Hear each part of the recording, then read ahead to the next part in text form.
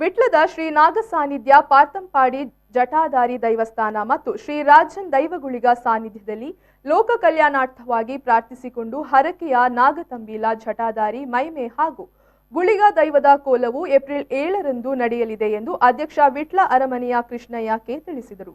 ಅವರು ವಿಟ್ಲದ ಪ್ರೆಸ್ ಕ್ಲಬ್ನಲ್ಲಿ ಕರೆದ ಪತ್ರಿಕಾಗೋಷ್ಠಿಯಲ್ಲಿ ಅವರು ಮಾತನಾಡಿದರು.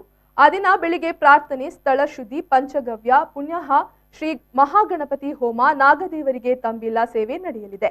ಸಾಯಂಕಾಲ ಕುಡಾಲು ಬಾಡೂರು ಕೂಡುಕಟ್ಟಿನ ಬಾಡೂರು ಚಾವಡಿಯಿಂದ ಶ್ರೀ ಜಟಾಧಾರಿ ದೈವದ ಭಂಡಾರ ಆಗಮಿಸಲಿದೆ. ಬಳಿಕ ಶ್ರೀ ರಾಜನ್ ದೈವ ಗುಳಿಗನ ಭಂಡಾರ ಆಗಮನ, ಬಳಿಕ ಅನ್ನ ಸಂತರ್ಪಣೆ, ರಾತ್ರಿ ಧಾರ್ಮಿಕ ಸಭೆ ನಡೆಯಲಿದೆ ಎಂದು ಹೇಳಿದರು. ಏಪ್ರಿಲ್ ಬುಧವಾರ ನಡೆಯಲಿಕ್ಕಿದೆ.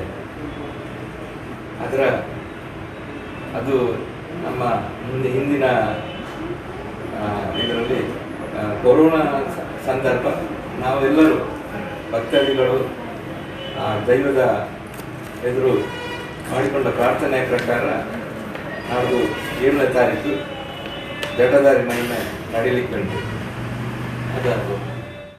ಕಾರ್ಯಾಧ್ಯಕ್ಷರಾದ ಬಾಬು ಕೊಪ್ಪಳರವರು ಮಾತನಾಡಿ, ಪರಶುರಾಮ ಸೃಷ್ಟಿಯ ನಮ್ಮ ತುಳುನಾಡಿನಲ್ಲಿ ದೈವ ದೇವರ ಬಗ್ಗೆ ಅಪಾರವಾದ ನಂಬಿಕೆ ವಿಶ್ವಾಸ ಇದೆ.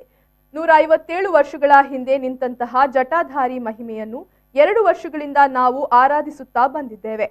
ಕೊರೋನಾ ಮಹಾಮಾರಿಯಿಂದಾಗಿ ಉಂಟಾಗುವ ಆಪತ್ತನ್ನು ದೂರ ಮಾಡುವಂತೆ ಬೇಡಿಕೊಂಡಿರುವ ಪ್ರಾರ್ಥನೆಯ ಹಿನ್ನೆಲೆಯಲ್ಲಿ ಇದೀಗ ಹರಕೆಯ ಮಹಿಮೆಯನ್ನು ನೀಡುತ್ತಿದ್ದೇವೆ ಎಂದು ಹೇಳಿದರು. ಜಟಾಧಾರಿ ದೈವದ 157 ವರ್ಷಗಳ ಪುರಾತನವಾಗಿ ನಿಂತಹ ಮಹಿಮೆಯನ್ನು ನಾವು 2 ವರ್ಷದ ಮೊದಲು ಅಂದರೆ 19ನೇ ಇಸವಿಯಲ್ಲಿ ಅದು ಕೇರಳದಿಂದ ಭಂಡಾರ ಬಂದಿಲ್ಲಿ ಮಹಿಮೆ ನಡೆದಿದ್ದಾರೆ.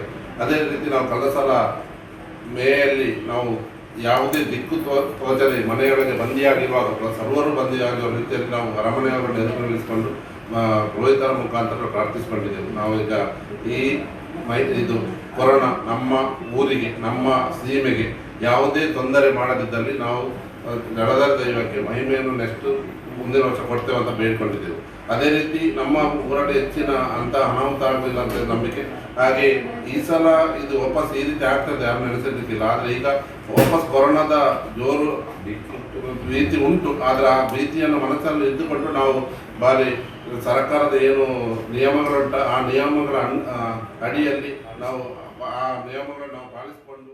ಪತ್ರಿಕಾಗೋಷ್ಠಿಯಲ್ಲಿ ಕಾರ್ಯದರ್ಶಿ ವಿ ಶೈಲೇಶ್, ಗೌರವ ಸಲಹೆಗಾರರಾದ ರವಿ ವರ್ಮಾ, ಕಾಶಿ ಯುವಕ ಮಂಡಲದ ಅಧ್ಯಕ್ಷರಾದ ದಿವಾಕರ್ ಉಪಸ್ಥಿತರಿದ್ದರು.